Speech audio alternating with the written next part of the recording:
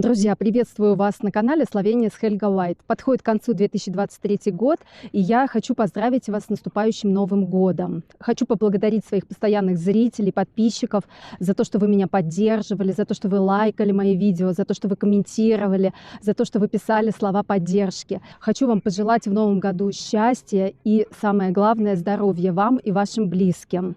И в конце года я решила поделиться с вами своими итогами 2023 года. Первым очень важным событием 2023 года для нашей семьи стало получение ПМЖ. 5 лет мы прожили в Словении и в начале 2023 года получили постоянное место жительства в Словении. Я отдельно записывала видео о получении ПМЖ в Словении. И если вы это видео пропустили, то можете перейти вот по этой ссылке и посмотреть. Вторым важным событием для меня стало получение словенского вида на жительство моей сестрой и ее семьи. Целый год они к этому шли. Это было очень сложно сделать, так как у них 3 детей, и маленький ребенок совсем еще малютка.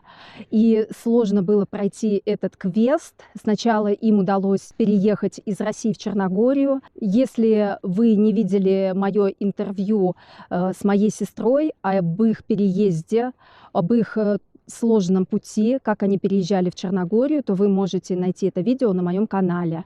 Но, конечно же, они не хотели оставаться навсегда в Черногории, они хотели переехать поближе ко мне, поближе к своим родственникам, и я им в этом помогала. Мы подавали без всяких помощников документы, мы сами общались с иммиграционными службами Словении, и в конце года нам удалось получить виды на жительство для всей их большой семьи. Еще в этом уходящем году я закончила... Круто! Сейчас трактор проедет и продолжим. В 2023 году я закончила курсы на агента недвижимости и стала помогать мигрантам найти для аренды жилье в Словении. И если для вас это новость, то имейте в виду, если вам нужно найти жилье в Словении, то вы можете ко мне обратиться, написав личное сообщение либо на мою электронную почту, которая есть в описании, или написать мне лично в Инстаграм. Также в уходящем году мне удалось заменить свое российское водительское удостоверение на словенское. Если вы такой же мигрант, как и мы, то вам рано или поздно придется свое местное водительское удостоверение поменять на словенское.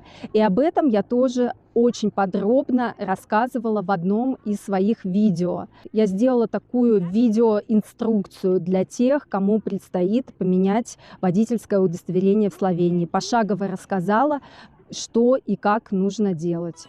Еще одно положительное событие произошло в этом году. Моей тете, которую я не видела аж 3 года, удалось получить туристическую визу и приехать к нам в Словению. И мы с ней попутешествовали по Италии, посетили Венецию, посетили Болонью, сходили на выступление цирка Дю Солей. Короче, было невероятно радостно повидаться. И я уверена, что у нее остались очень положительные, приятные эмоции. В 2023 году мой младший сын Александр пошел в 1 класс. Может показаться, что это какое-то не очень важное событие, но мне кажется, что для каждого родителя это какая-то важная черта в жизни, какой-то важный отрезок в жизни, когда ваш ребенок уже становится не детсадовцем, а школьником. Еще в 2023 году наша семья приобрела новый гибридный автомобиль. И я записывала отдельное большое видео, как купить автомобиль в Словении и как взять на него кредит. Все ссылки на видео по темам я оставлю в описании к этому видео. И еще одно важное событие лично для меня. Как вы можете видеть, мы сейчас отдыхаем в Австрии, проводим каникулы в Австрии. И здесь впервые я встала на лыжи по-настоящему. Научилась стоять на лыжах, научилась кататься по голубым легким трассам. И это очень приятное для меня событие. Мои дети уже второй год здесь, в Австрии, ходят в лыжную школу. И обязательно оставлю вам ссылку на эту школу в описании. Сможете посмотреть, какие есть учебные программы и какая стоимость. Друзья, что-то становится прохладно, и, пожалуй, на этом я закончу свои итоги года. Делитесь, пожалуйста, своими важными событиями в комментариях. Мне будет невероятно интересно почитать. Еще раз спасибо вам огромное за то, что вы были со мной. Поздравляю вас с наступающим Новым годом. Пока-пока, до новых встреч в Новом году.